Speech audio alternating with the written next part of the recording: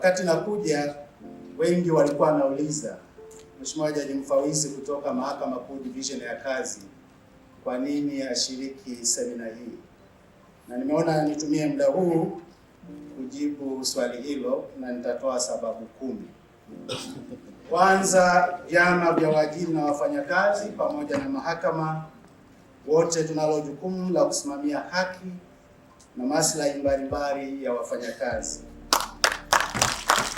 Kwa upande wa vyama vya wafanyakazi, na wajibu wa kusimamia wafanyakazi wanaowakilisha katika chama husika, ikiwa ni pamoja na kuwasimamia kwenye vikao vya nidhamu na hata mbele ya tume na hata kwetu Mahakama Kuu pale ambapo mashauri yenu yanakuwa yamefikishwa kwetu.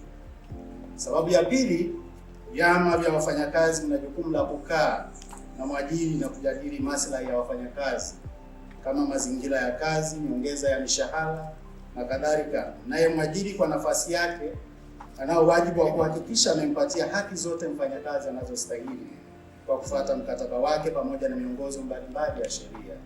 Lakini mahakama ndio msimamizi wa mwisho wa kuhakikisha haki hizo zimetekelezwa, na endapo hazijatekelezwa, mahakama ina mamlaka ya kuamuru haki hizo zitekelezwe. Sababu yangu ya tatu, wadau wote tunalo jukumu la kukuza uchumi kama ilivyoelekezwa katika kifungu cha 3A cha sheria ya ajira na mahusiano kazini. Hivyo niliona ni muhimu kushikamana nanyi, kwani utengano ni dhaifu. Sababu ya 4, wadau wote tuna jukumu la kusimamia utekelezaji wa nguzo ya kwanza ya Dira ya Taifa ya Maendeleo ya mwaka 2050 inayozungumzia uchumi imara, ushirikishwaji na ushindani. Katika nguzo hiyo, Tanzania imejiwekea malengo ya kuwa nchi yenye kipato cha juu kwa kuimarisha utulivu wa kiuchumi, kuhimiza uvumbuzi pamoja na kuweka mazingira yanayovutia uwekezaji. Na sisi kama mahakama ni sehemu ya utekelezaji wa dira hii ya taifa. Jukumu hilo la kuweka mazingira ya kuvutia uwekezaji linaweza kutimizwa na wadau wote wa haki kazi kwa pamoja kwa kutetea maslahi ya wafanyakazi na waajiri wote kwa pamoja, hivyo kutengeneza hali ya utulivu katika nchi yetu. Na kama nilivyosema, mahakama nasi ni sehemu ya wadau wote wa haki kazi. Sababu ya 5, kama wadau wa haki kazi kwa pamoja tunalo jukumu la kuishauri serikali juu ya mapungufu mbalimbali ya kisheria na kupendekeza mabadiliko chanya yenye lengo la kuboresha na kuleta ustawi wa taifa kwa ujumla.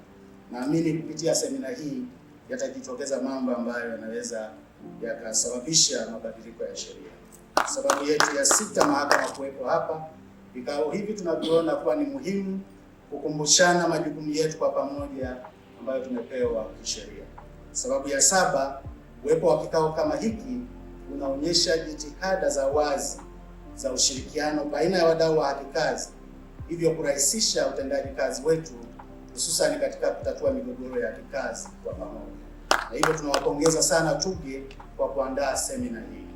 Sababu ya 8, kupitia semina hii tunalo jukumu la kuangalia kama tunaendana na matakwa mbalimbali ya mikataba ya kimataifa na kuishauri serikali pale ambapo tuna mapungufu, na jukumu hili lipo katika kifungu cha 3G cha sheria ya ajira na mahusiano kazini.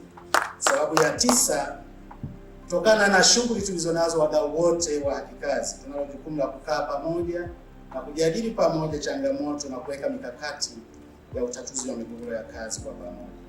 Na sababu ya 10 ambayo ni ya nyongeza, mwanadamu ana siku 3. Ana jana, leo na kesho. Siku ya jana imepita, huwezi kubadili chochote.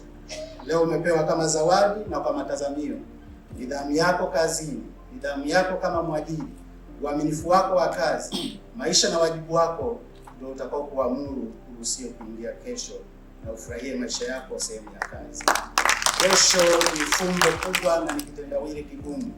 Kitegue na usisahau kula bata. Naamini mtatumia vizuri muda wenu hapa Arusha kwa kutembelea maeneo ambayo yatapunguza ama kuondoa stress za kazi na hivyo kuondoa migogoro isiyo lazima sehemu za kazi. Asanteni sana.